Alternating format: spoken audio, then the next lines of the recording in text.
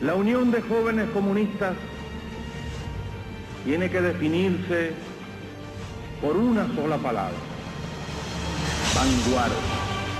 Conjugamos una misma actitud y un mismo lenguaje frente a los problemas esenciales del pueblo. Ahí está, en todas partes donde hay alguien que trabaja, ahí está el partido. Tras los barrotes de la cárcel donde hay miles de compañeros, ahí está el partido, ahí está. La Juventud Comunista no estamos a la defensiva, ni estamos aquí para negociar derrotas. Estamos a la ofensiva, en la conquista de los derechos de la clase trabajadora, en la conquista de la Tercera República, en la conquista del socialismo, en la conquista de esa vida mejor. ¡Despertad! Explotado por los patronos, asesinado por los fascistas. ¡Despertad! Existe una alternativa, los comunistas tenemos una alternativa a este fracaso neoliberal que nos están vendiendo, y sin duda vamos a luchar por ella. Sepan que no se van a enfrentar con señoritos, sepan que se van a enfrentar con hombres.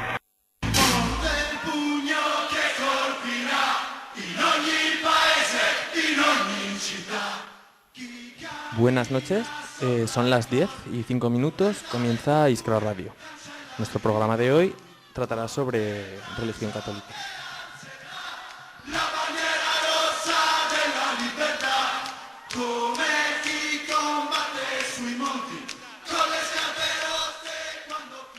Como invitados tendremos a tres miembros de Muel. Por un lado, Jorge García, presidente de Muel, Pedro García y Sandra Jiménez.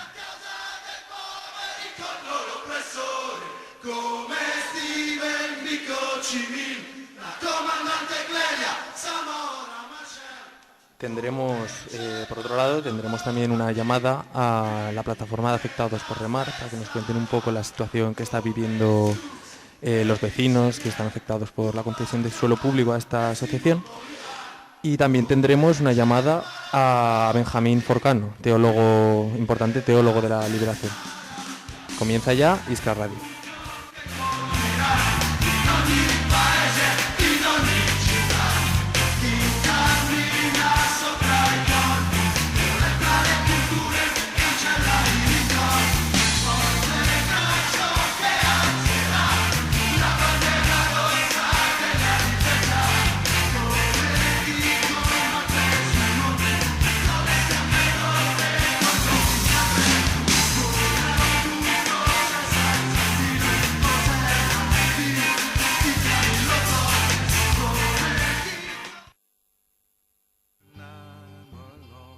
La Constitución española de 1978 se queda lejos de la laicidad que protegía la Constitución de la Segunda República.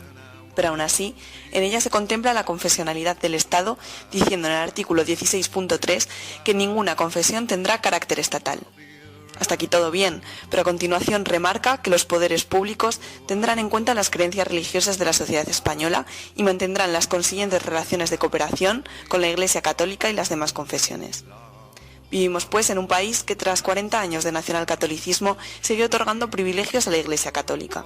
Ejemplos de ello son el hecho de que esta religión se imparte en la escuela pública, la exención de diversos impuestos, entre ellos el del IBI, o que la legislación tributaria permita que con una parte del impuesto de la renta se financie la Iglesia.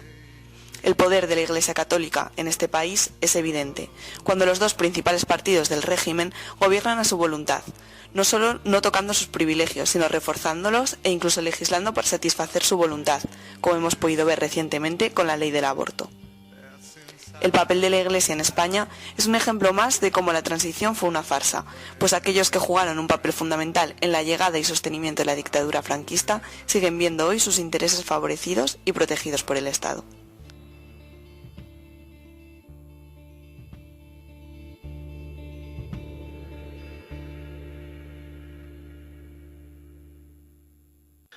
Lamentablemente hemos de constatar que los problemas sociales a los que nos referíamos en la inauguración de la última asamblea plenaria siguen vivos.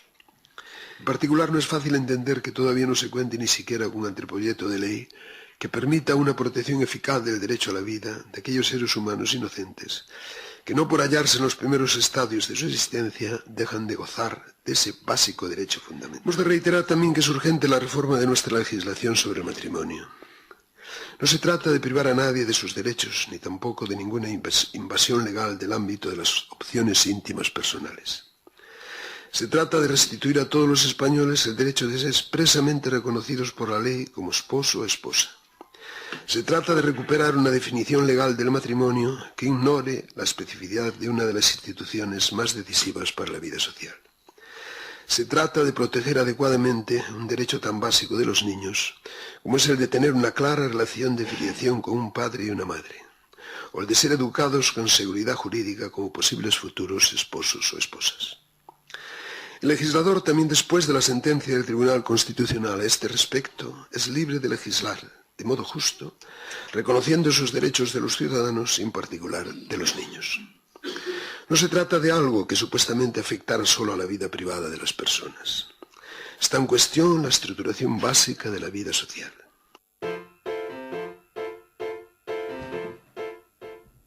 Bien, escuchábamos a Rouco Varela enumerando los problemas sociales que, como vemos, importan ahora mismo a la Iglesia Católica. Vamos con nuestra mesa de hoy. En primer lugar, Jorge, presidente de MUEL. Buenas tardes. Buenas noches, perdón. Buenas noches, Javier. Gracias por vuestra generosa invitación. Pedro, también miembro de MUEL. Buenas noches, Javier. Y Sandra. Hola, buenas noches. Buenas noches a los tres. Vamos a empezar ya con el primer tema de la noche, la Semana Santa, que es lo más actual que tenemos y también un poco por el motivo que hemos hecho hoy el programa. Es una tradición, la Semana Santa, nos dicen, pero quiero que expliquéis desde cuándo es una tradición y dónde realmente es tradición. Jorge. Bueno, la Semana Santa en España siempre se ha celebrado. Perdón un momento, espera, hay problemas con el micro de Jorge. ¿Quiere tomar la palabra Pedro, por ejemplo? Mientras tanto, bueno, sí. Las tradiciones se crean siempre en algún momento y van cambiando en el tiempo. Se dice que la Semana Santa aragonesa es una tradición pensando que tal y como la vivimos ahora es de algo de cientos de años y lo esencial de la Semana Santa aragonesa arranca del año 35-36. Arranca fundamentalmente, esencialmente arranca después del golpe de Estado. Las cofradías que conocemos hoy en la Semana Santa zaragozana vienen a surgir a raíz de una huelga de terceroles que hubo en el año 35, que se negaron a cargar con los pasos de la única procesión que había en aquel entonces, que era la procesión del Santo Entierro, que organizaba la Hermandad de la Sangre de Cristo, igual que ahora. Pero no existían las cofradías tal cual existen en este momento. Entonces, ante la ausencia de personal para cargar los pasos, un grupo de gentes, no recuerdo, debían ser de las hermandades obreras o de las juventudes de Acción Católica o similar, pues se ofrecieron para cargar con el paso de la Virgen de la Piedad, y de allí surgió en el año 36 o 37 la procesión de la Piedad. Y a partir de esa primera surgieron todas las demás. Si miráis las fechas de creación, pues del año 39, 40, 41, fundamentalmente en esos primeros años del nacionalcatolicismo. Luego, por supuesto, se han ido creando más, algunas muy recientes, pero la tradición no es una tradición centenaria, sino que es una tradición bastante cercana, bastante próxima en el tiempo. Bueno saberlo. Le devuelvo ahora la palabra a Jorge lanzando otra pregunta, no vamos a responder a lo mismo. Lo que ha dicho Pedro ha explicado ahora la tradición de la Semana Santa, pero ¿es una tradición realmente considerada, realmente es una tradición tan fuerte o con tanto sentimiento como nos hacen ver, por ejemplo, el despliegue mediático que está habiendo sobre ella o el despliegue institucional mismo? Tanto el bombo que se le está haciendo como para considerarla así, sabiendo lo que ha dicho Pedro.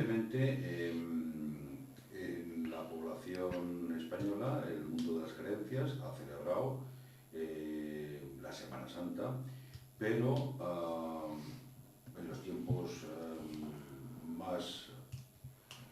más tempranos, digamos, más actuales, pues el tema se ha convertido en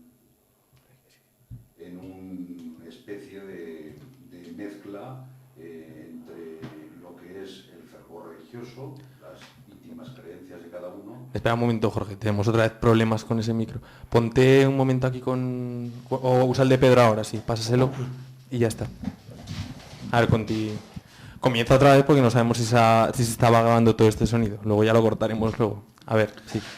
Bueno, me refería a que en España, pues evidentemente sí que hay, en el mundo de las creencias se ha celebrado la Semana Santa, pero en tiempos más recientes, pues la Semana Santa se ha creado un ambiente más folclórico, más festivo, que bueno, pues atiende a motivos que ya sobrepasan, digamos, el tema religioso en sí.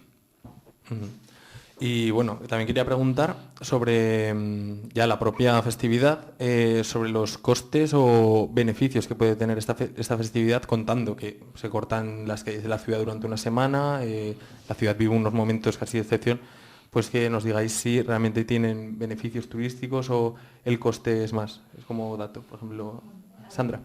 Yo pienso, enlazando con lo que ha empezado diciendo Jorge, que es una tradición actual y que la gente se anima, pero no por el fervor religioso o lo que pudiera llevar en sí, razonablemente. Entonces se apuntan más pues, por una cosa de festividad, de juntarse, y sobre todo yo creo que está todo muy mediatizado. Es decir, la prensa, sabemos que hoy en día te vende lo que sale en la prensa y cómo sale, y todo eso a su vez está politizado por los distintos partidos. Entonces que quieres más que venderte que qué maravillosas son las vacaciones en Semana Santa de los españoles, que se han podido ir a otras localidades a vivir esta gran festividad. Pero yo creo que está más enfocado en plan turístico, y es donde se puede sacar el beneficio. A lo mejor los comercios, puede que, no sé, si religiosamente, o sea, me imagino que también, claro, a la vez que te mueves te entras en las catedrales, entras a visitar, adquieres recuerdos. No sé si irá por allí la pregunta, pero más datos. Sí, pero el tema de que es una festividad, no sé, era un dato sin más, claro, pero es una festividad enfocada a no es por el fervor religioso, lo que realmente es también, supuestamente, pero tiene también parte de excusa. Se junta el hambre con las ganas de comer, como en todas, como en las Navidades o en cualquier otra festividad. O sea, por supuesto que hay una raíz de fondo y una raíz pagana. Los tambores y todo este tipo de cuestiones seguramente arrancan desde hace muchísimos años y hablan de despertar la tierra. Entonces, de la misma forma que la Iglesia se apropió de alguna forma de aquellas festividades paganas, las hizo suyas y les dio su nueva forma, pues la nueva Iglesia de hoy, que es el gran comercio, pues también se intenta aprovechar de esta nueva situación y le da su propio perfil. Entonces, en las Navidades es la fiesta por antonomasia del comercio y de los regalos, y aquí es la fiesta del viaje, del turismo, y también, ¿por qué no?, pues de conocer realidades culturales que son ligeramente distintas y que pueden ser llamativas. El folclore, por ejemplo, vinculado a la música y al tambor, pues a quien no le gusta. A mí de hecho me gusta. O sea, quiero decir que yo soy ateo, pero simultáneamente soy un asiduo de las procesiones. Es más, no únicamente asiduo, soy forofo. Bueno, esto no es contradictorio lo que dices, pero de ahí creo que es el problema, que a lo mejor vuestra asociación, Movimiento hacia un Estado laico como él, es donde incide ante las protestas esto. Respeta toda esta parafernalia religiosa y todas estas festividades la aconfesionalidad del Estado. El despliegue mediático e institucional que hacen. Ya, el único problema en todo caso allí, es el que las instituciones públicas hagan suya actividades y apoyen actividades estrictamente religiosas. Claro, en la mezcla de lo que es religioso y lo que es cultural, digamos, es difícil en ocasiones deslindar, pero evidentemente la jerarquía eclesiástica, hay cierto tipo de actividades que las identifica claramente como actividades religiosas. Entonces, en actividades religiosas, en actividades que implican creencia de parte, es allí donde las instituciones públicas que representan a todos no deberían estar. Sí, Jorge. Comentar que no tenemos nada en contra de que los católicos celebren su Semana Santa igual que otras confesiones religiosas celebren sus cultos y sus fiestas. Pero lo que queremos que quede muy claro es que el artículo 16.3 de la Constitución actual española dice que ninguna confesión tendrá carácter estatal. Entonces, pues nos indigna en cierto modo que veamos pues a miembros del Ejército Constitucional Español, a la Benemérita, corporaciones municipales saliendo con las procesiones. Son cosas públicas del Estado. Y el Estado tiene que permanecer neutral en cuestión religiosa, no tiene que favorecer a ninguna. Y eso es lo que aspiramos, que todo lo que sea público no haga esas demostraciones de marcado signo confesional. Muy bien. Sandra, ¿quieres aportar algo más? Ahora, vale. Pues vamos ahora a pasar que tenemos al teléfono ahora a Mario, de la plataforma de afectados por Remar, que nos va a contar un poco el conflicto. Hola.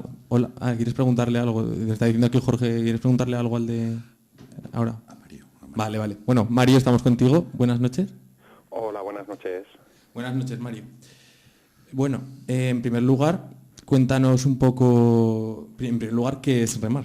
Habrá mucha gente que supongo que ni siquiera lo sabe. Bueno, pues a ver, Remar se autodefine como una ONG que ayuda a los marginados y se dedica a su rehabilitación, ¿vale? Y bueno, pues la terapia de rehabilitación que utiliza Remar consiste en trabajar y orar, ¿vale? Llegando a crear incluso su propia iglesia, que es la Iglesia del Cuerpo de Cristo, y que muchos expertos nos han comentado que tiene claros indicadores sectarios. Entonces, Remar se crea, digamos, como ONG, pero sin embargo el propio Miguel Díez, el fundador de Remar, y es que es además el pastor principal y fundador de la Iglesia del Cuerpo de Cristo, vincula a ambas en todas sus declaraciones públicas. ¿Vale? Sí.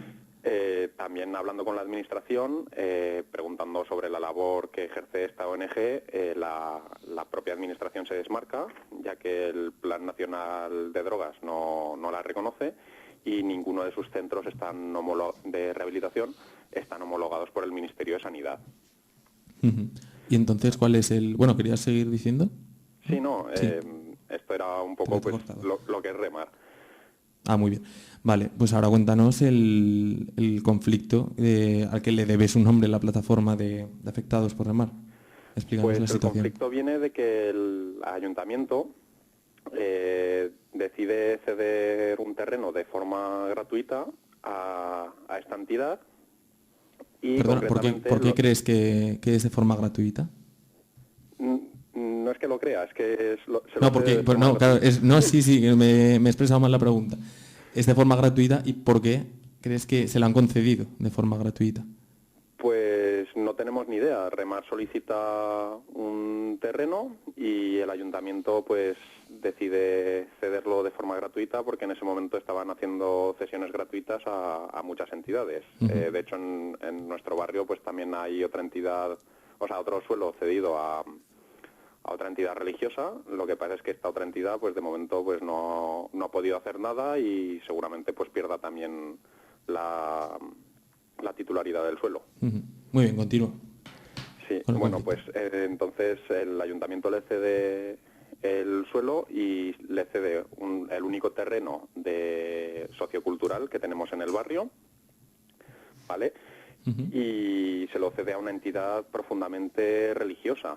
De hecho, pues tiene algunas frases interpretadas a su manera del Evangelio, pues en las cuales pues dice que los niños hay que educarlos con la vara, la mujer tiene que ser sumisa y bueno, pues declaraciones públicas que ha hecho en sus misas o en sus cultos, como los llaman ellos, se llegan a afirmar pues de que hay hijas que seducen a sus padres para luego decir que han sido violadas. Dicen que si la mujer viste provocando, tarde o temprano la mancillarán, etcétera. Ajá.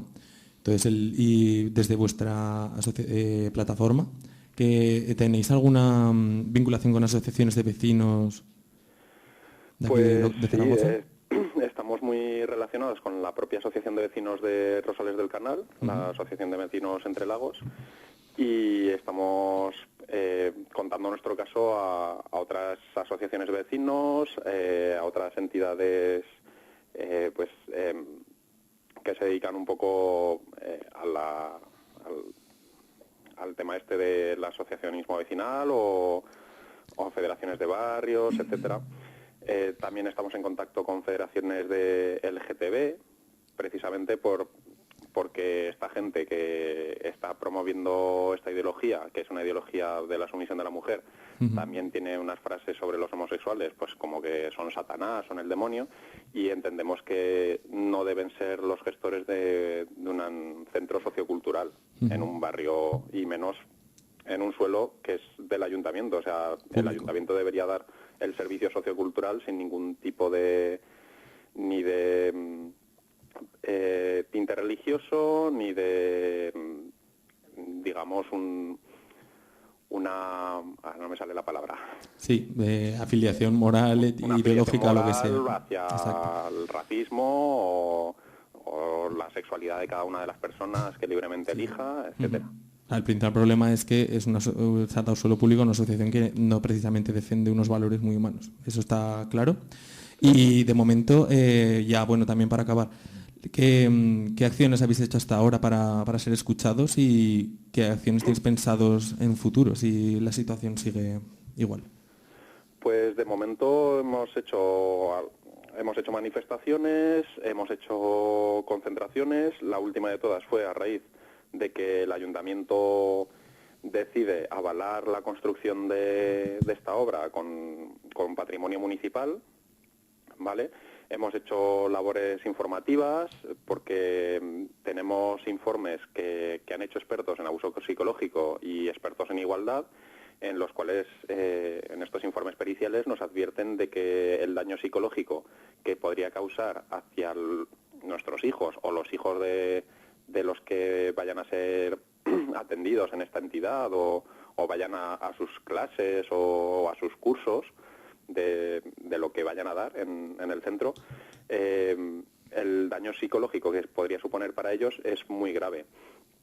Y ya no solo eso, sino que también nos indican que para toda Zaragoza el problema es muy grave, porque el haberles dado este suelo, el haber avalado financieramente con el dinero de todos los zaragozanos, le da una legitimidad a este tipo de organizaciones que no debería tener, principalmente porque no cumplen los requisitos de igualdad, de igualdad de género, de igualdad de condición sexual, porque lo encasillan a la gente.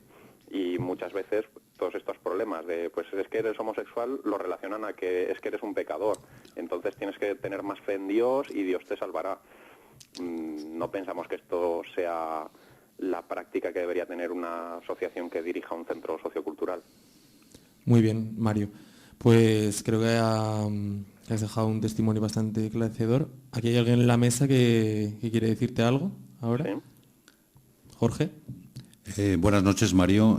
Hola, buenas soy noches. Jorge de Muel. Sabes que la asociación Movimiento Acción Estado Laico siempre ha estado con los vecinos de Rosales del Canal, el tema de remar, y siempre lo estará. También quiero recordar que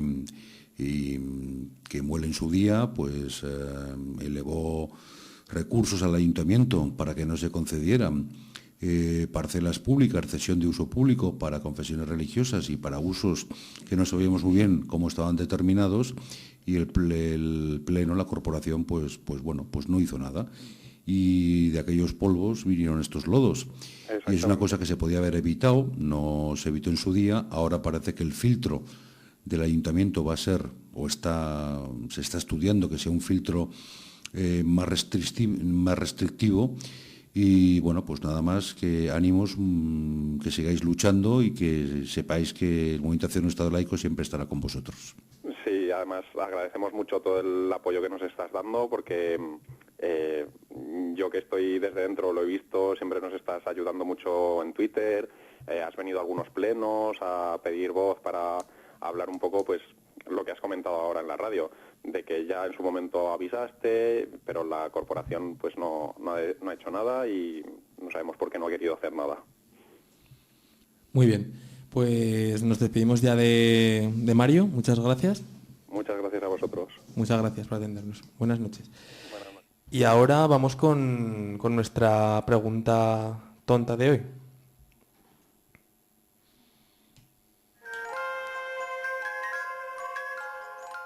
La pregunta tonta de la semana. Si tan ateos sois los comunistas, ¿por qué apoyáis a presidentes católicos sudamericanos? Primero, porque que seamos comunistas y ateos no significa que no respetemos las creencias de las personas, ni rechacemos un proyecto político antiimperialista y progresista por las creencias personales de los presidentes de gobiernos de los diferentes países latinoamericanos. Además, hay que contar con el matiz social y popular que ha tenido la religión en el continente. El mejor ejemplo de ello es la teoría de la liberación. Segundo, los comunistas lo que pretendemos es una separación Iglesia-Estado, en la que las creencias religiosas queden en el plano individual y derrotar a la Iglesia como institución oligárquica y jerárquica. Por supuesto, esto implica que la financiación se realice de una forma voluntaria e individual, y no sea el Estado, pretendidamente aconfesional, el que inyecte dinero en la institución religiosa. Además de un Estado confesional o laico, se debería sacar la religión de la educación y de los espacios públicos. Tercero, para los comunistas y nuestra manera de interpretar el mundo y del papel social que juega la religión, todo esto nos impide pensar en que exista algo más allá de la ciencia. Es decir, los comunistas somos ateos, lo que no nos impide aliarnos, entender y compartir nuestra vida y nuestro proyecto político con personas creyentes. Denunciamos el papel que tiene la Iglesia, cualquier tipo de Iglesia, no solo la católica, como sostén del sistema injusto que vivimos. Condenamos a la institución, no a los creyentes.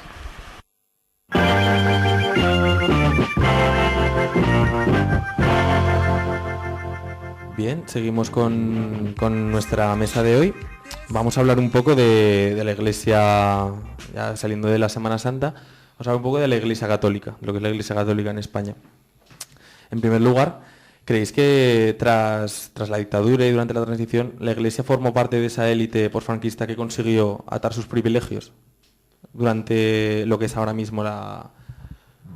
Hombre, evidentemente los privilegios quedaron atados con lo que se llama el concordato, que son 4 acuerdos entre el Estado Vaticano y el Estado español, que atan las cuestiones financieras, las cuestiones culturales, las cuestiones educativas y cuestiones de índole administrativa, que les otorgan con claridad privilegios especiales, ligándolo con el asunto de Remar de hace un momento, privilegios como los de, ya no legales, sino en la práctica de cesión de suelos para uso de culto, que nosotros en ese momento nos opusimos al de Remar, presentando un recurso al ayuntamiento, nos opusimos al de Remar y al de otros tantos más, entre ellos la Iglesia Católica, porque la cuestión no está tanto en la ideología de cada cual, sino porque podemos estar de acuerdo con la ideología de alguien, pero no porque sea de nuestra ideología le corresponden los suelos.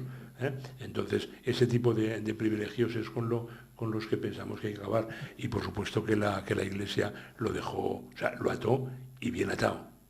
Y el Estado lo ató y bien atado. Quienes negociaban, Marcelino Oreja era un representante de la Asociación Católica Nacional de Propagandistas, en el fondo estaban negociando entre ellos. Jorge, pide la palabra. Tampoco nos tenemos que olvidar un tema que es anecdótico y otro que es más fuerte o más serio, es que la Constitución actual española sale en el 78, pero ya después del concordato del año 53 los acuerdos se firman en el 76 y en el 79. Es la Iglesia Católica y el Estado que sale de la dictadura la que es la primera que hace sus acuerdos para que las cosas sigan pues bastante parecidas. Cambian las formas, pero no cambian los fondos. Hay una cosa curiosa, que es la cuestión anecdótica. En el preámbulo del Concordato del 53, que está en vigor, aunque parezca mentira lo que voy a decir, mucha gente se sorprenda. Del año 53. Del año 53, que sigue estando en vigor el preámbulo, dice que el Estado español, bueno, con la Santa Sede, reunidos en nombre de la Santa Trinidad. Hoy por hoy, un español podría escribir un documento oficial y mentar que se reúne ante la Santísima Trinidad, porque es una cosa que no está derogada.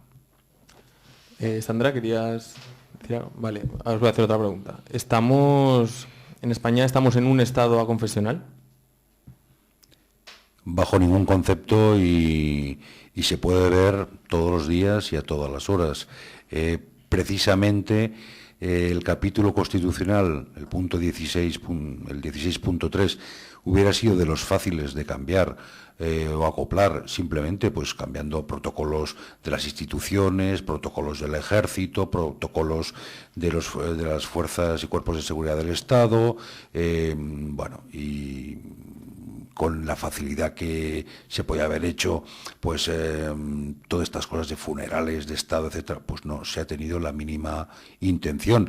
Se siguen viendo crucifijos en las tomas de posesión, Biblias, corporaciones desfilando en procesiones, nombramientos de vírgenes como alcaldesas perpetuas honoríficas, santos, etcétera, etcétera. Entonces, pues bueno, el principio de confesionalidad es francamente nulo y no ha habido ninguna intención de cumplirlo. El problema es que nos podemos encontrar ahora con un Estado no aconfesional ni confesional, sino multiconfesional, que el resto de confesiones se apunten al carro de la Iglesia Católica y entonces quieran su parte del botín. Y entonces España sea un país multiconfesional con cierto confesionalismo español por ser la religión más predominante. Y bueno, de la parte de, centrándonos en la Iglesia Católica, la parte de la financiación, por ejemplo, ¿cómo recibe? ¿Nosotros estamos dando dinero público a la Iglesia o es necesario marcar la casilla de la declaración de la renta? Pedro. Le estamos dando dinero por muchísimas vías. Es más complejo de lo que parece. De marcar la casilla. La cantidad de dinero que recibe la Iglesia es desconocida porque no hay transparencia, lo primero, de forma directa e indirecta. Desde la reforma del Museo Diocesano de Zaragoza, pues eso está financiado públicamente. Pero bueno, las grandes cifras aparecen, por ejemplo, en los conciertos educativos. O las grandes cifras aparecen en los conciertos con los hospitales de la Iglesia. Además está, por supuesto, la financiación pública del clero vía la casilla esta del IRPF, pero ojo, que no se financia, los católicos no financian a la Iglesia, la financiamos todos. Un católico, por ser católico, no aporta más, simplemente dice que una parte de lo que los demás aportamos vaya a financiar a la Iglesia. Entonces, pero la cuantía que la Iglesia se lleva por esa vía es del entorno de los 250 millones de euros, que ciertamente es importante, pero comparado con los 9-10 mil millones que dice Europa Laica que recibe la Iglesia de una manera o de otra, pues es ciertamente una menudencia, lo que no deja de ser importante. Y a todo esto, siendo que a los católicos no les cuesta nada, no aportan nada más por poner la X, tan solamente un 34-35% de los católicos la pone. Digo yo que eso será así, porque en las estadísticas del impuesto de la renta a las personas físicas, si uno las va a buscar en la página web del Ministerio, esa cifra no viene. O sea, conocemos esa cifra porque el Ministerio se la dice a la Iglesia Católica y la Iglesia Católica nos dice lo que quiere. Entonces, como entre sus mandamientos está no mentir, suponemos que no nos estarán mintiendo, pero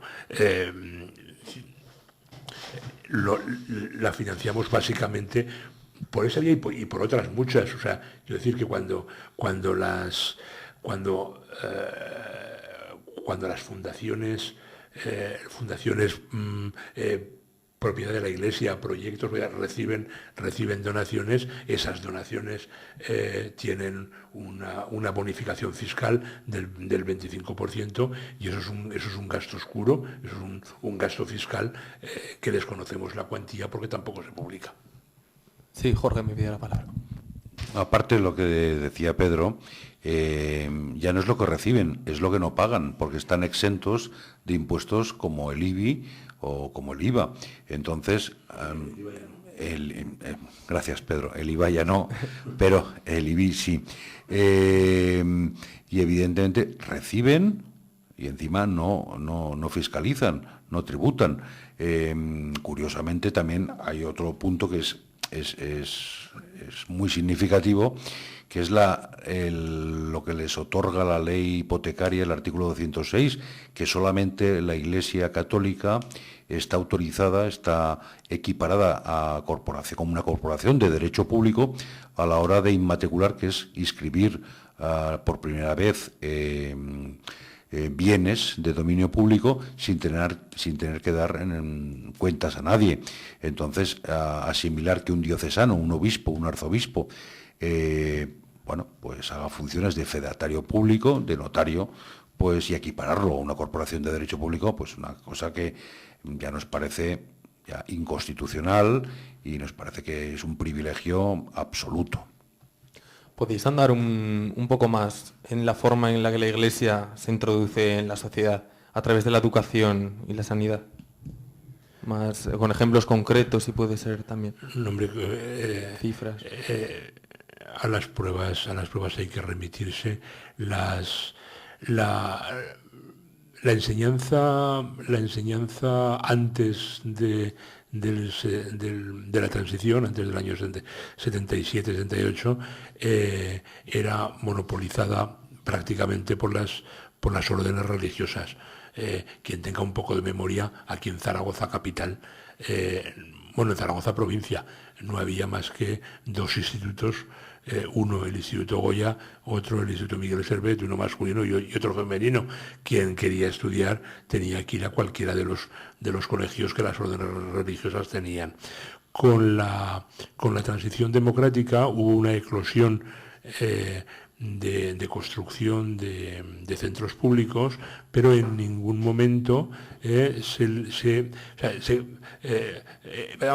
monopolio se convirtió en un oligopolio de facto, en donde de alguna forma además se ha tratado de segregar a la población por características,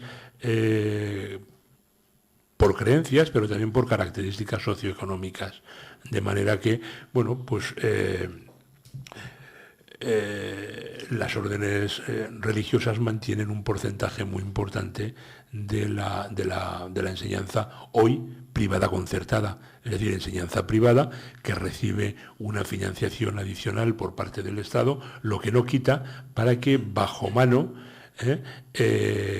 los colegios sigan recibiendo a través de cuotas derivadas de la aportación a fundaciones o cuotas derivadas de actividades extraescolares, sigan recibiendo dinero, que significa, o sea, que son mecanismos de segregación económica del alumnado. Entonces, es una forma de mantener un cierto monopolio. Ahora, la otra vía es derivada del concordato en los acuerdos de ámbito cultural y educativo.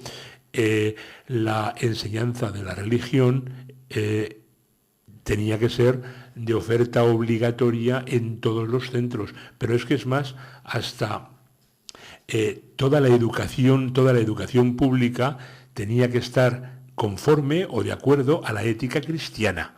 Es decir, que si se pusieran mínimamente puntillosos, valores compartidos o valores democráticos asumidos por todo el mundo, pues estarían en contradicción con el concordato, que hay que recordar que es un acuerdo internacional que tiene eficacia normativa interna. Es decir, que mientras no se derogue eso, cualquier ley educativa estará sujeta, estará restringida por esa norma que obliga a que la religión aparezca en las escuelas. Entonces, por supuesto, impartida por profesores que son seleccionados por el arzobispado, aunque son pagados por todos. Y a la vista de todos está que esos profesores no tienen libertad de cátedra, ni siquiera libertad de conciencia, porque en el momento en que su actuación se aparta mínimamente de lo que el arzobispo piensa que es correcto, que no es lo legal o no legal, que en eso, bueno, podríamos estar, sino de lo que él piensa que es éticamente razonable o éticamente correcto. Entonces puede decidir la expulsión y el despido de este profesor. Entonces, efectivamente, el mecanismo es más, no únicamente eso, sino que estos profesores nombrados por el arzobispo tienen presencia en los claustros, es decir, tienen voz y voto en los claustros de profesores. Di que ahora con la LOMCE, en la medida en que los claustros van a pintar menos, pues bueno, tampoco tendrán influencia. Lo que ocurre es que perfectamente podrán ser nombrados directores del colegio, porque los podrá nombrar la administración educativa. O sea que todavía más influencia. Sí. Está clarísimo cómo se introduce ahí toda la maquinaria eclesiástica. Vamos a hacer una pequeña pausa ahora en la mesa y vamos con nuestra sección de formación.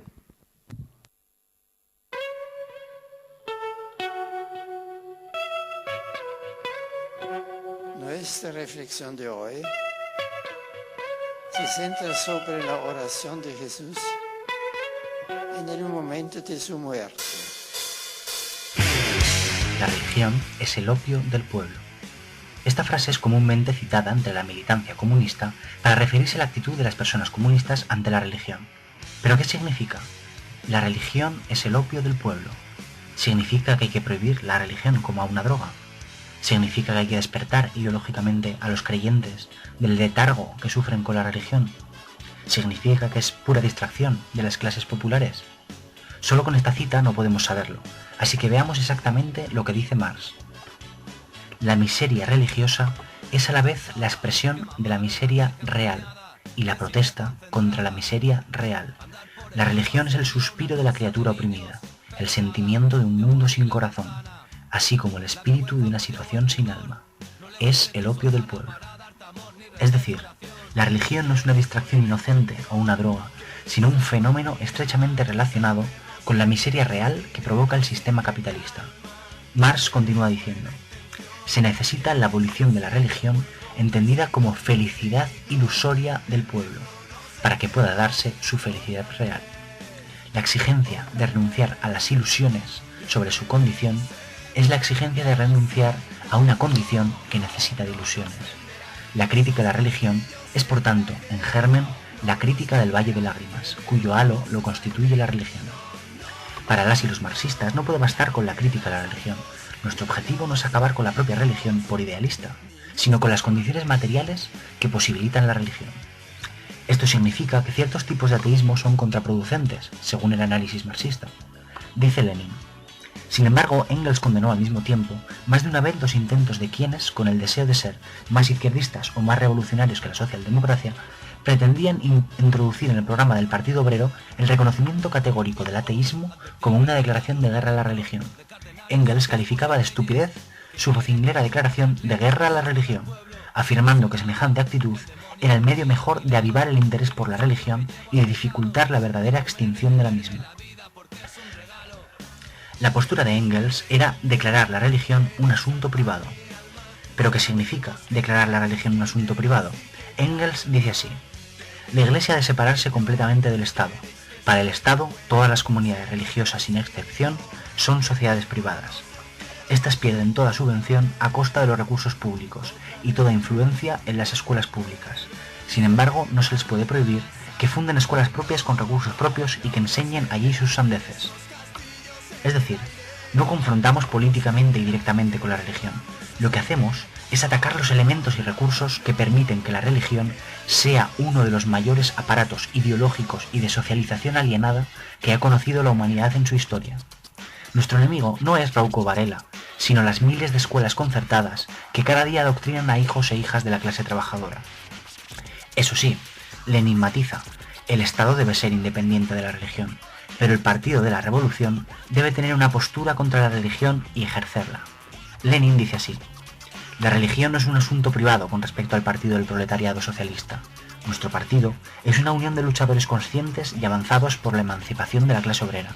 Esta unión no puede ni debe permanecer indiferente ante la inconsciencia, la ignorancia o el oscurantismo bajo la forma de creencias religiosas. Exigimos la completa separación de la Iglesia y el Estado para luchar contra el oscurantismo religioso con una arma puramente ideológica y solamente ideológica, con nuestra prensa y nuestra palabra. Y como debemos enfrentar nuestra palabra a la religión, seguimos leyendo a Lenin. La lucha contra la religión no puede limitarse ni reducirse a la prédica ideológica abstracta. Hay que vincular esta lucha a la actividad práctica concreta del movimiento de clase, que tiende a eliminar las raíces sociales de la religión. ¿Por qué persiste la religión entre los sectores atrasados del proletariado urbano, entre las vastas capas semiproletarias y entre la masa campesina? Por la ignorancia del pueblo, responderán el progresista burgués, el radical o el materialista burgués. En consecuencia, abajo la religión y viva el ateísmo. La difusión de las concepciones ateístas es nuestra tarea principal. El marxista dice: no es cierto. Semejante opinión es una ficción cultural superficial, burguesa, limitada. Semejante opinión no es profunda y explica las raíces de la religión de un modo no materialista, sino idealista. En los países capitalistas contemporáneos, estas raíces son principalmente sociales.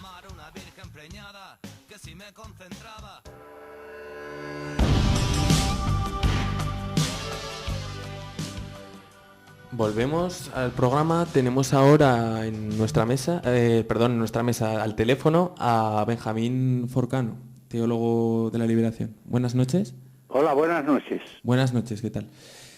Bueno, Benjamín, en primer lugar, queremos que nos expliques un poco en qué consiste la teología de la liberación. Bueno, estaba escuchando las últimas palabras, me daba la impresión de que ahí se reflejaba un concepto de religión cierto, históricamente en parte, en cuanto que el factor religioso ha sido de alguna manera alienante y opresor, ha sido utilizado por los grandes poderes para manipular, engañar, oprimir y dominar. Pero eso es una forma de religión, una.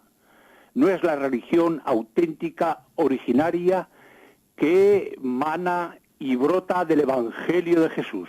El Evangelio de Jesús, Jesús de Nazaret, que es donde se inspira y de donde parte la teología de la liberación, es por naturaleza liberadora.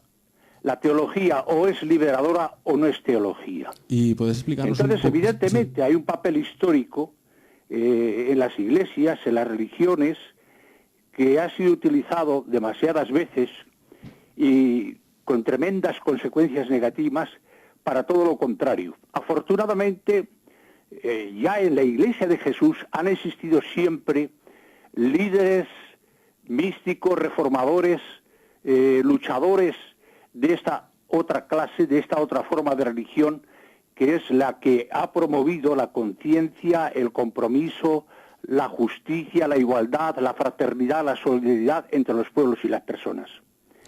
Entonces por ahí va la teología de la liberación. Ha habido una teología cómplice y Benjamín, que ha hecho el juego al poder, que ha servido para, evidentemente, manipular a la población, alienarla, entontecerla, someterla, pero Si hay un tipo de religión que es opio, hay otro tipo de religión que es dinamita, que es subversión, que es levantamiento de las conciencias para recuperar, para preservar, para defender la propia dignidad, la propia libertad, los propios derechos frente a cualquier poder inicuo, sea el que sea.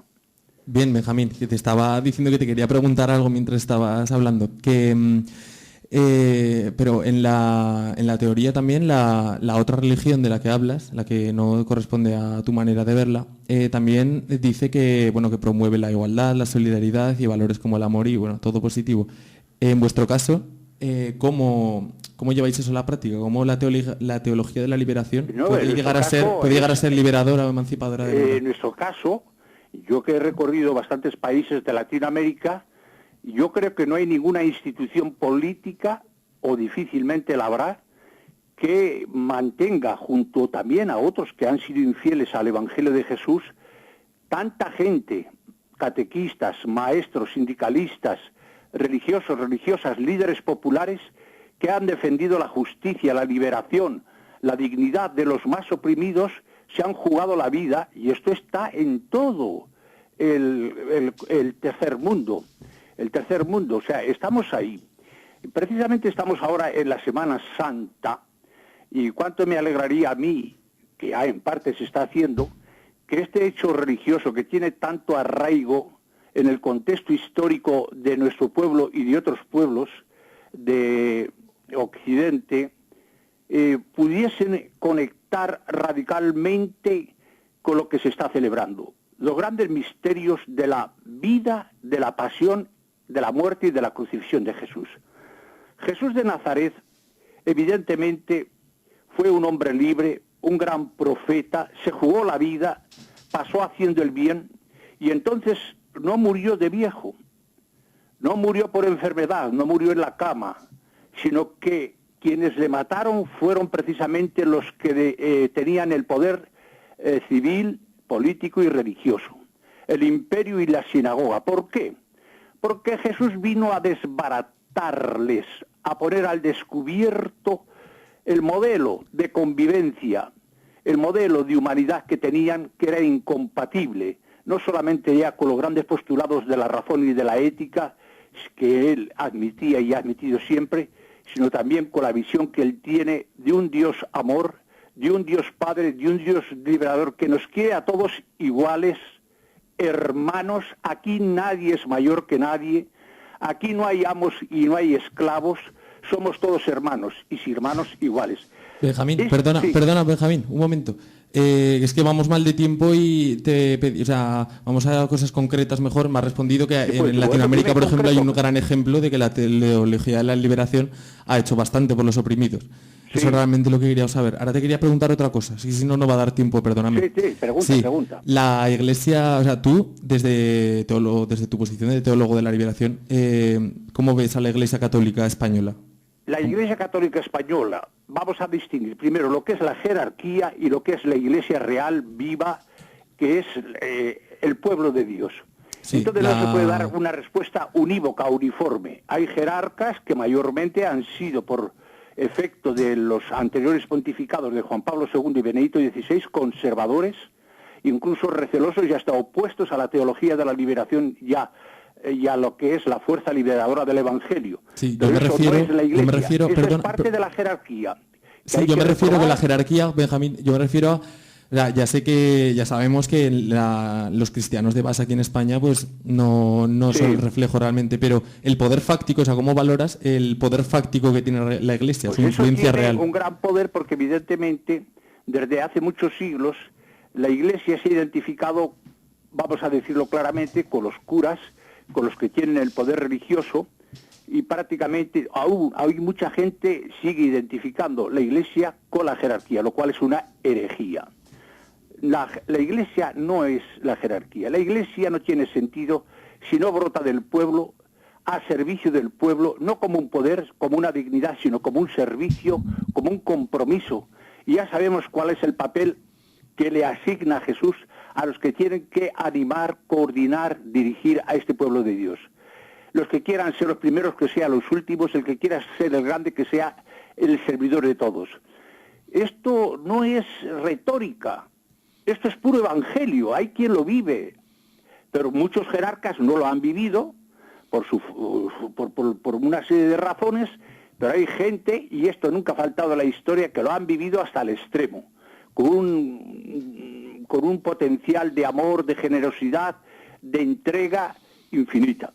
Entonces, la respuesta no es uniforme, no es única.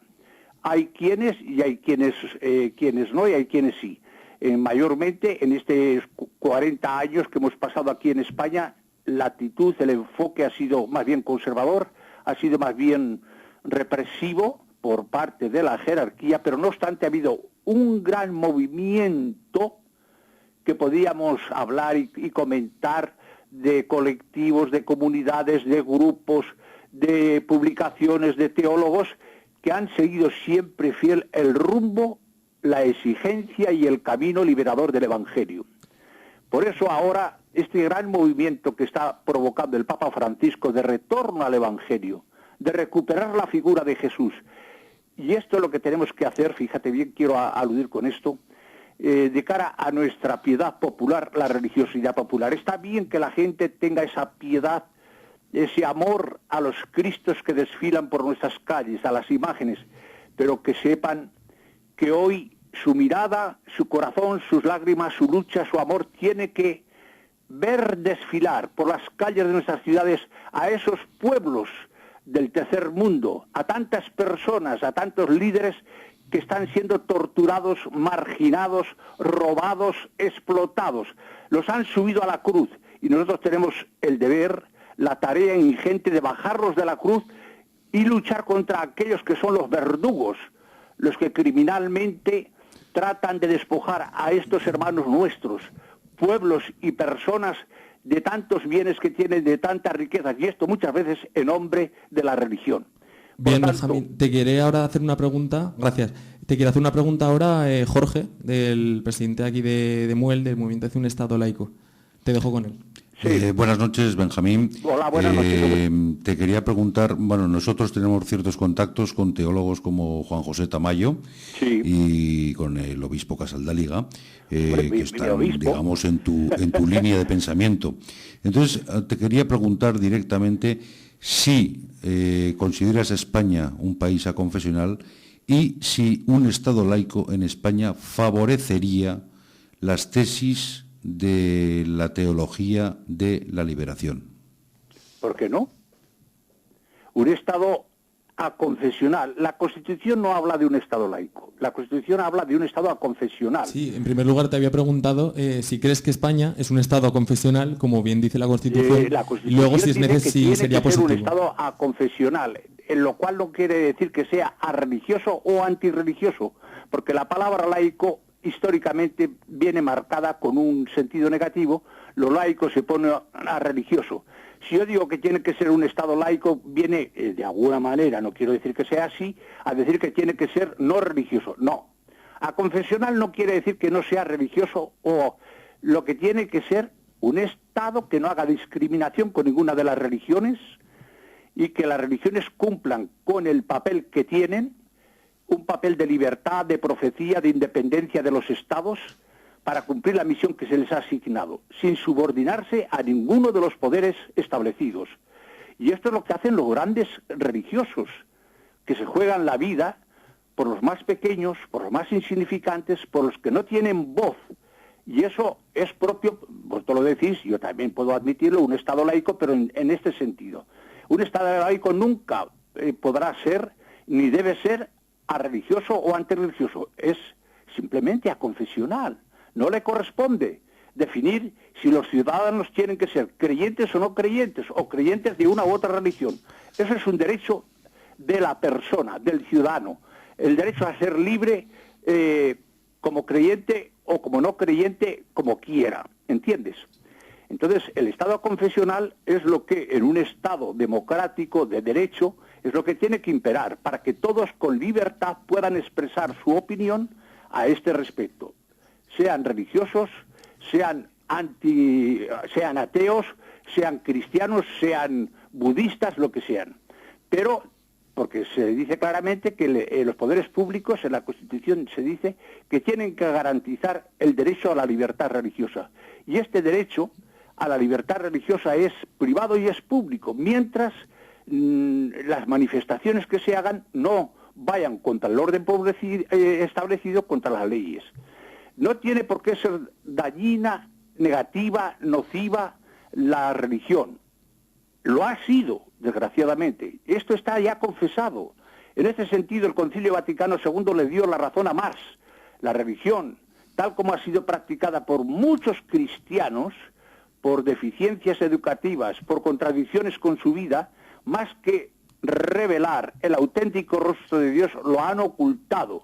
Entonces, estamos de acuerdo. Entonces, yo quiero que hay que distinguir, hay que clarificar para no enredarnos en antítesis o en antagonismos innecesarios. Perdona, Benjamín, pues para no enredarnos, reformulo la pregunta. Si en un hipotético Estado laico, una sociedad laica, con una separación real, Iglesia-Estado, Iglesias-Estado, la formulación de la teología de la liberación tendría más sentido para vosotros.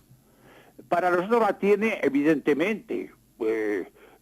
No tenemos que luchar ya contra un consorcio que no debiera existir. El Estado tiene que ser, la Iglesia tiene que ser libre, no tiene que estar subordinada ni concertada son cosas distintas, aunque eso no quiere decir que estén en pugna, tienen que colaborar, tienen que coordinar, pero cada una según su competencia, según su tarea y según su misión. La Iglesia no puede hipotecarse bajo ningún poder político, ni ningún poder político puede tampoco, como se dice, proscribir la libertad religiosa. Eso es un derecho fundamental de la persona. Y por tanto los Estados tienen que garantizar ese derecho y la Iglesia tiene que estar feliz de que en todas partes se preserve este derecho.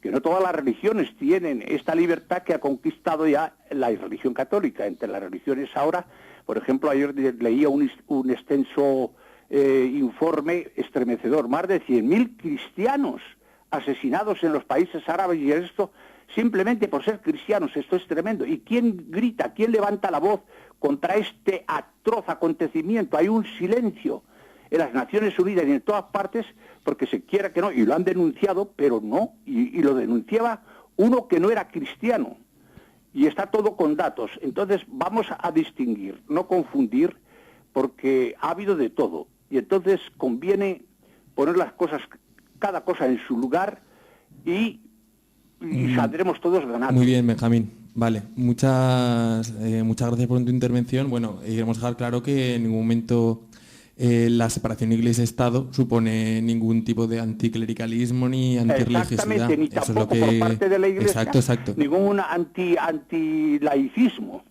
Exacto, sí. Pues bueno, ha sido interesante escucharte. Muy apasionantes, ¿verdad? Sí.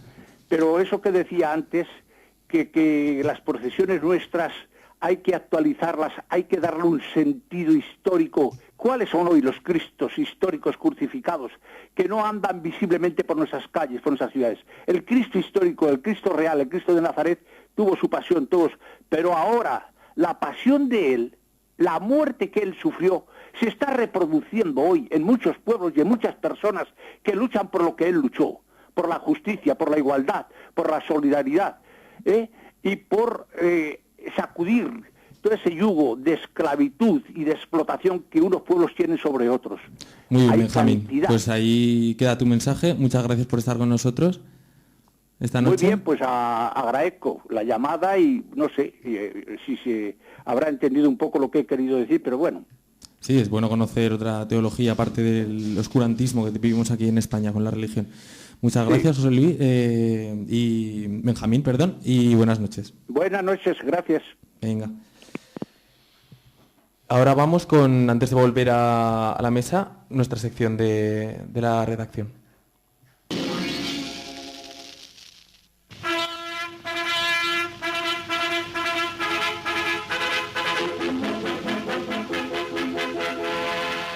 Noticiario y documental de la redacción.org. prepárate para dejar de ser manipulado.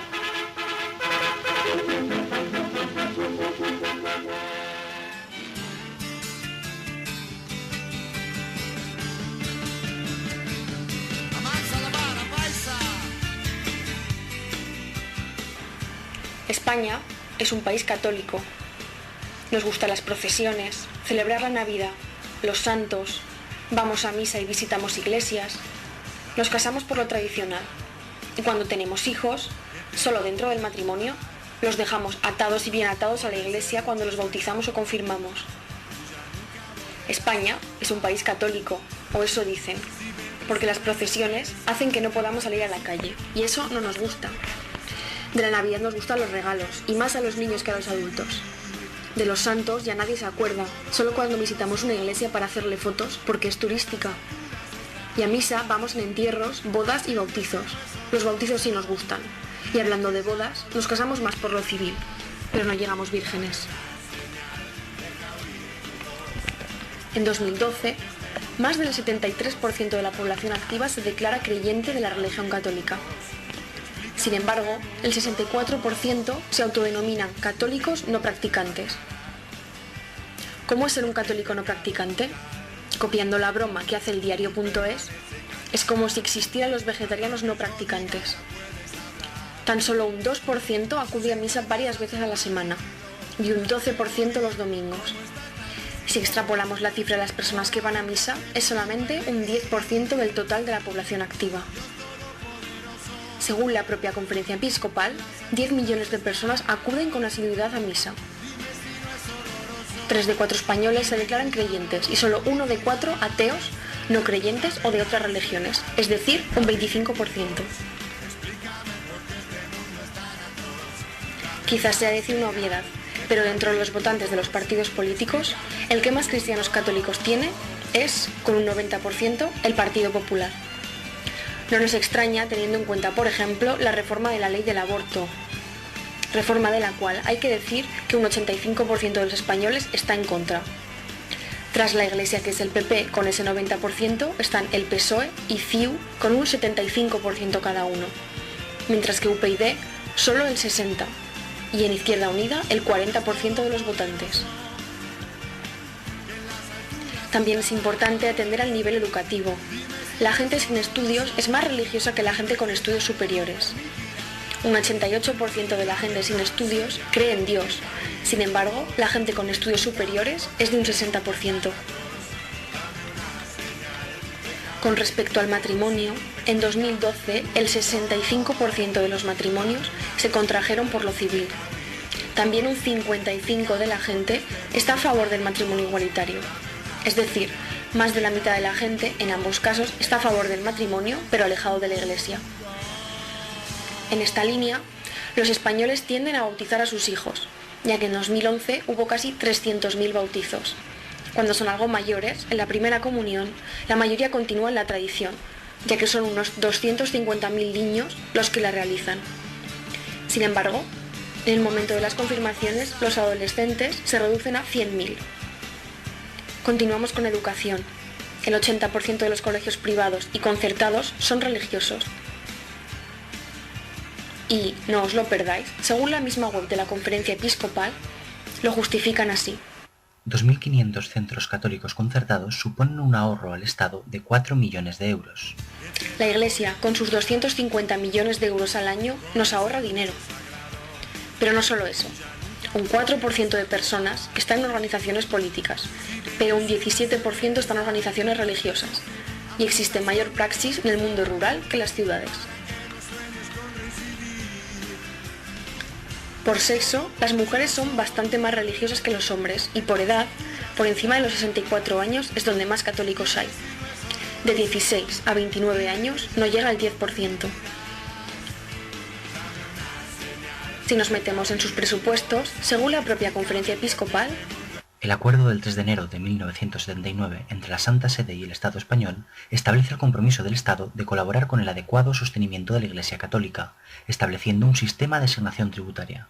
El canje de notas del 22 de diciembre de 2006 entre la Nunciatura Apostólica y el Ministerio de Asuntos Económicos prevé el compromiso de la Iglesia de presentar una memoria justificativa de las cantidades recibidas del Estado, así como de los destinos. Este dinero va dirigido a sostener los llamados fines propios de la Iglesia. En los últimos 3 años se registra una ligera bajada en la recaudación por el efecto de la crisis.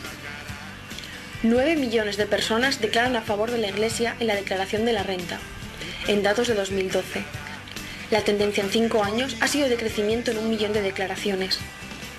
Y para colmo, a pesar de estar recortando en cualquier derecho de la clase trabajadora, aumenta la partida extraordinaria a favor de Cáritas más de 1 millón de euros. Se jactan de nosotros con datos como: cada euro que se invierte en la Iglesia rinde como 2,39 euros en su servicio equivalente en el mercado. Sin embargo, ellos nos cuestan a nosotros el 1% del PIB, 260 euros a cada español cada año. La práctica religiosa ha quedado muy reducida a mayores y a mujeres, y de pueblos pequeños, de clase obrera y con educación primaria o secundaria, generalmente del interior de España. Dicho todo esto, se puede decir que España es católica, pero poco. Entonces, ¿por qué aún tienen una asignatura en los colegios? ¿Por qué reciben tanto dinero público? ¿Por qué tienen excepciones de impuestos increíbles? Y lo que más nos interesa a nosotros, ¿por qué los medios de comunicación en general se empeñan en declarar esa unidad de España en torno al catolicismo ortodoxo? ¿Es real o es ficticia? Se empeñan en crear esa fantasía de religión oficial en un país en el que ni siquiera se habla en la misma lengua en todos los sitios. La Iglesia Católica desde siempre ha sido un lobby de presión en todos los gobiernos, y no solo con el PP. ¿Cómo que España es un país aconfesional?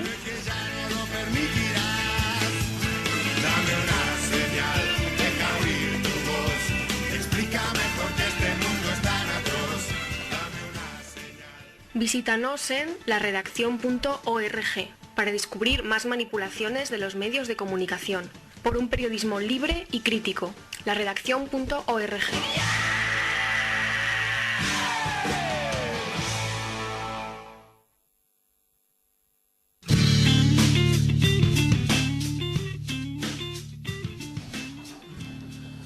Seguimos con la mesa de hoy ya para dar los últimos coletazos a estas intervenciones de nuestros compañeros de EMUEL.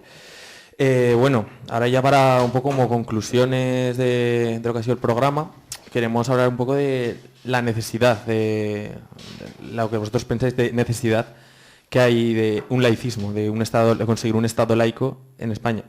Entonces, en primer lugar, ¿por qué España debería ser un Estado laico? Jorge. Bueno, pensamos que tiene que haber un Estado laico porque el laicismo es tolerancia, es democracia, es respeto, protege la libertad de conciencia esencial de cada uno. Las autoridades del país, los poderes, se mantienen neutrales y cada uno puede ejercer su libertad de culto, su libertad de conciencia, sin que haya ninguna superposición entre poderes. Y creemos que es lo más democrático que puede haber. Decía él... Sí, Sandra, querías intervenir. Solamente quería decir que sobre el tema de la necesidad de separación Estado-Iglesia, es una cosa tan antigua como que todos los pensadores y filósofos de todas las épocas es un tema que se han planteado y que lo han visto, salvo alguna excepción, clarísimo. Incluso gente que en el siglo XVIII se consideraba creyente, que para él existía Dios, pero veían claramente que no podía eso estar inmiscuido en el ámbito estatal. Y hoy en día, en el siglo XXI, es que la mayoría de los políticos ni se lo plantean, lo tienen asumido. Hablábamos ahora con Benjamín Forcano, teólogo de la liberación. Él afirma ya un discurso con el que el verdadero movimiento cristiano está alejado de las jerarquías, y ha dicho que la Iglesia no debe estar sujeta a ningún Estado, debe ser libre en ese sentido. ¿Creéis que ha dado la vuelta un poco al concepto de lo que debe ser el laicismo? No, nosotros entendemos así que la Iglesia no debe estar sujeta a ningún Estado, pero también que los Estados no deben estar sujetos a ninguna Iglesia. Y es justamente de la independencia entre ambas instituciones y del ejercicio de la libertad por parte de ambas Eso es lo que entendemos por laicismo, el ejercicio de la libertad de conciencia, que la libertad de conciencia es algo más que la libertad religiosa, la libertad de creer y de no creer, y la libertad es la libertad ideológica. Entonces, solamente desde el respeto y la independencia de la no subordinación, que es algo más que neutralidad, es neutralidad e independencia. Entonces, ambas, por supuesto que desde la independencia se puede cooperar, pero cada uno en su ámbito. Y una cosa es el ámbito religioso, que es privado, que tiene su vertiente pública, evidentemente, y otra cosa es el ámbito estrictamente público, el espacio común que es de todos. Nos dicen mucho que España es un país católico. ¿Creéis que proponer un Estado laico, o sea, caminar hacia posiciones políticas que quieran finalizar en un Estado laico, supondría un problema político en este país? El problema es de definición ya directamente. ¿Qué es eso de que es un país católico? ¿Es que todos los individuos de ese país son católicos? No. Entonces, un país no puede ser calificado ni siquiera por la mayoría supercualificada de los miembros que lo componen. Y otra cosa es el Estado. El Estado es lo que no puede ser católico. Si el Estado es católico, hay una mezcolanza, hay una confusión completa entre el aparato público y la cuestión religiosa. El delito es pecado o el pecado es delito. Es la jerarquía eclesiástica la que, interpretando el derecho natural, que según ella proviene de Dios, la que marcaría las pautas del derecho civil o del derecho penal o del derecho... No, son dos cosas, han de ser dos cosas distintas. Entonces, un Estado laico, o si quiere aconfesional, me da igual, un Estado en donde haya independencia, neutralidad y libertad ideológica, es perfectamente compatible con que haya el 99,99% sean católicos, pero hay que respetar a ese 1% o 1 por 1000 que no lo es y que tiene tanto derecho a pensar, a razonar y a vivir como los demás. Entonces, respeto mutuo y libertad para todos. Jorge. Voy a añadir una guinda. Cuando algún prócer o jerarca de la Iglesia Católica española, digo de la española, dice que España es un país católico, también utiliza un argumento que es falso en el sentido de que en España hasta finales de los años 70, creo que hasta el año 80-81, era obligatorio ser católico, no te registraban civilmente si no estabas bautizado, entonces era una obligación, una imposición. Con lo cual todos los españolitos y españolitas que venían al mundo pues tenían que ser católicos sí o sí, no había otra opción. Con esa tradición, pues claro, ya se puede decir que España es católica. No hubo libertad de elección, no hubo libertad de conciencia. Eso se puede ligar también con lo que comentábamos al principio del programa. Pedro lo decía, que la Semana Santa es una tradición que empezó coincidiendo con el inicio de la dictadura franquista también. Bueno, es que el carácter y el cariz de la Semana Santa sí comienza con la dictadura franquista, pero la manifestación hay que respetar. Desde el laicismo respetamos también las manifestaciones públicas de las creencias por parte de quien las tiene. Entonces, siempre y cuando lo que cuestionamos, lo que criticamos es que el poder político, el Estado que a todos representa, tome una posición de parte. Entonces, bueno, pues de la misma forma que puede haber un concierto de batucadas, o de la misma forma que los musulmanes o mahometanos pueden orar mirando a la Meca, pues los católicos pueden hacer manifestación pública y hacer orgullo de sus creencias o de su forma de pensar, y las lesbianas y los gays también manifiestan su orgullo de ser como son. Entonces todos tenemos que tener ese derecho, pero vamos, me costaría ver al presidente del gobierno en la manifestación del orgullo gay apoyando directamente y siendo maestro de ceremonias. Jorge. Tampoco hemos tenido la ocasión de presenciar. Sí, la corporación municipal, por ejemplo, que es una cosa que nos atañe en Zaragoza, cuando la comunidad muy respetable, la comunidad judía, pues puede celebrar la fiesta del Yom Kippur, o la comunidad musulmana, la fiesta sagrada del Cordero, o sus fiestas religiosas, la corporación municipal no sale con bandas y con insignia de concejal a acompañar a estas confesiones religiosas, solamente sale con la católica. Entonces, esa tradición, pues creemos que hay que romperla y que el Estado se mantenga neutral, que los musulmanes, judíos, evangelistas, ortodoxos, católicos, creyentes o no creyentes, puedan celebrar en paz y en respeto, tolerancia y libertad sus cosas, sus creencias o sus no creencias, pero que el Estado esté al margen de todas ellas. Muy bien, pues creo que con las últimas palabras que han dicho Pedro y Jorge también pueden funcionar a modo de conclusión, pero os voy a pedir ahora, para despedir ya la mesa, que me deis cada uno una conclusión de esta mesa. Empezamos, si acaso, por Sandra, ahora. Bueno, que el tema de la separación Iglesia-Estado nos afecta a todos. Mucha gente piensa que es un tema, bueno, que no me le afecta directamente, que ven otras cosas más importantes.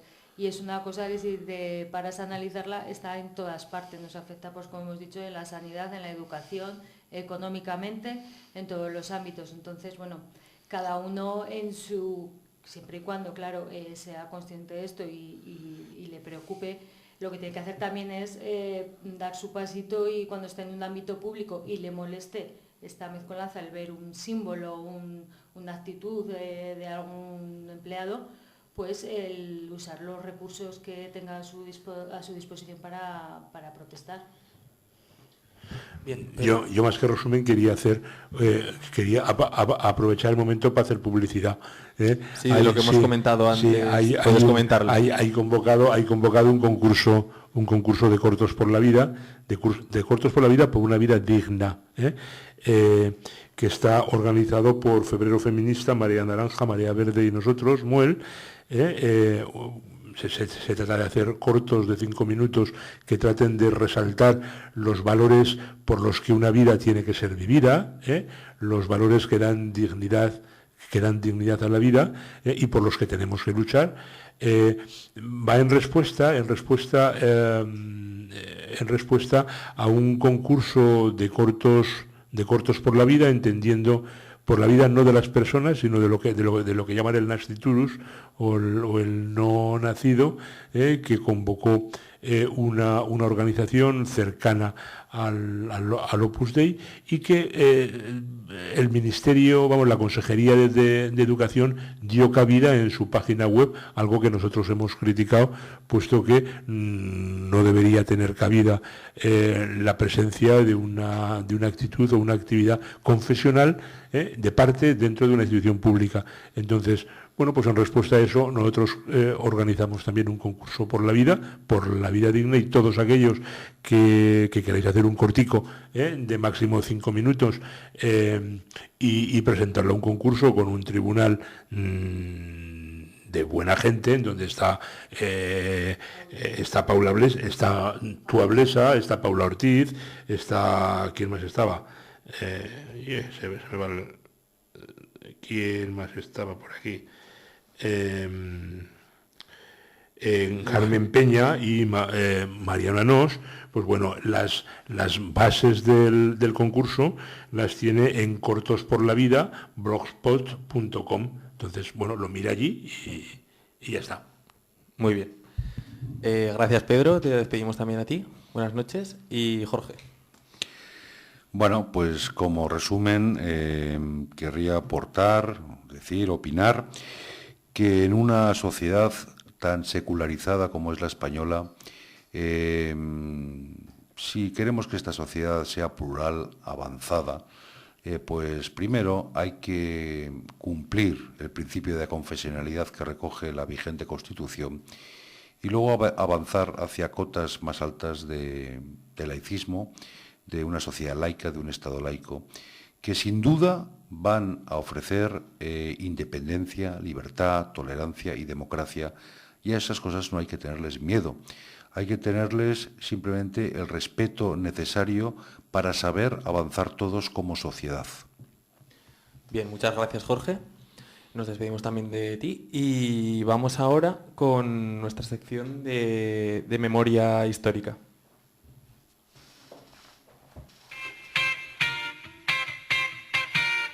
Memoria histórica. La Iglesia Católica ha sido uno de los agentes del poder en la historia de nuestro país de forma constante desde el siglo XIII. Durante más de 800 años, las clases dominantes que han dirigido los destinos de España han encontrado en la Iglesia Católica un legitimador perfecto para asegurar su poder y control sobre la población. Durante todos estos siglos, la Iglesia Católica ha cometido crímenes de toda índole contra la población residente en la península ibérica y también en las colonias de ultramar, en América y Asia, con la finalidad de mantenerse como fe única. Las víctimas mortales causadas directa o indirectamente por la institución católica son incalculables. Solamente a causa directa de la Inquisición española se calcula que fueron quemadas en la hoguera cerca de 30.000 personas. El secretario general de la Inquisición en 1800, Juan Antonio Lorente, inició el cálculo llegando a afirmar: calcular el número de víctimas de la Inquisición es lo mismo que demostrar prácticamente una de las causas más poderosas y eficaces de la despoblación de España. Y es que la Iglesia Católica no solo quemó en la hoguera, también provocó la expulsión de miles de personas. En 1492, cerca de 100.000 judíos fueron expulsados. Y a principios del siglo XVII se calcula que 300.000 moriscos fueron expulsados de la península, provocando así una de las mayores crisis agrícolas en todos los reinos peninsulares, lo que provocaría hambrunas, enfermedades y muerte, reduciendo el total de la población peninsular en cerca de 1 millón de personas, de 8 a 7 millones de habitantes. Si se hace difícil calcular las muertes causadas por la Iglesia en España, en las colonias americanas es realmente imposible. El proceso de colonización, el cual acompañó la Iglesia Católica, acabó con el 95% de la población indígena en los primeros 50 años. Obviamente no se puede responsabilizar únicamente a la Iglesia Católica de este genocidio, aunque su papel legitimador de la conquista le sitúa como corresponsable. Durante siglos, la Iglesia se ha mantenido del lado de las clases dominantes, ganando altas cuotas de poder, siendo propietaria de gran cantidad de bienes inmuebles, de tierras, hasta las desamortizaciones del siglo XIX. Y sobre todo ha tenido el control de la educación hasta el día de hoy. Solamente en una ocasión, el gobierno español se enfrentó frontalmente a los intereses de la Iglesia, durante la Segunda República. El primer gobierno republicano y el Frente Popular, empujados por las organizaciones de clase, intentaron arrebatar los privilegios a la Iglesia. La consecuencia de intentar conseguir un Estado laico fue un golpe militar, legitimado por la Iglesia Católica y financiado por los banqueros e industriales, que desembocó en la guerra civil y causó 500.000 de muertos. Tras la guerra, la Iglesia Católica se mantuvo como uno de los pilares fundamentales del régimen franquista, justificando la represión y el régimen totalitario.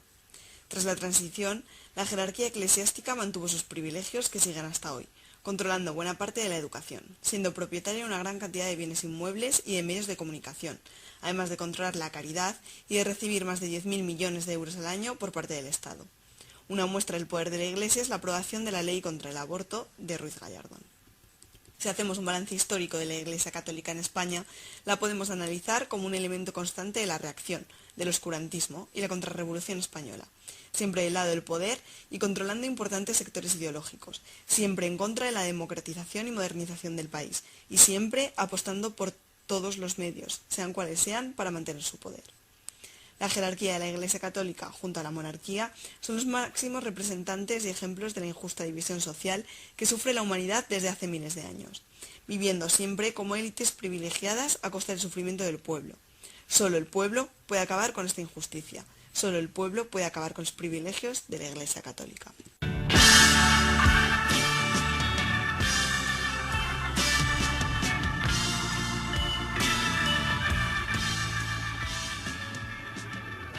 Y llegamos al final del programa de hoy sobre religión católica. Hemos hablado sobre la Semana Santa, sobre la Iglesia Católica en España. Nos despedimos y recordar que el próximo programa va sobre conflictos laborales y estará preparado por el colectivo de obreros de la UJC Aragón. Os dejamos, buenas noches y recordar los lunes a las 10, Iskra Radio. Es difícil que haya una línea en alguno de mis libros que no tenga su origen en la infancia. Durante los primeros 8 años de mi vida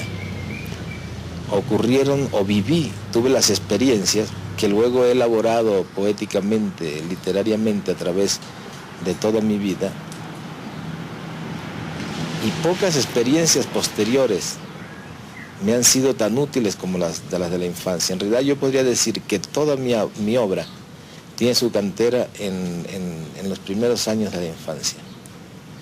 No recuerdo esa época ni como la de un niño feliz, ni la de un niño infeliz, sino como alguien que tenía una vida propia, un mundo propio dentro del cual vivía y que es el que ha alimentado todo el resto de mi obra. Y entonces me sucedió una cosa que tenía que sucederme tarde o temprano. Fue que prescindí de todos los más compromisos que yo tenía con la literatura y me centré en el compromiso político. No es que me arrepienta, en ese momento tocaba eso. Pero para poder salir de eso, tuve que volver a la idea original de que el compromiso del escritor no es solo con su realidad política, sino con toda su realidad. Eso lo aprendí en París.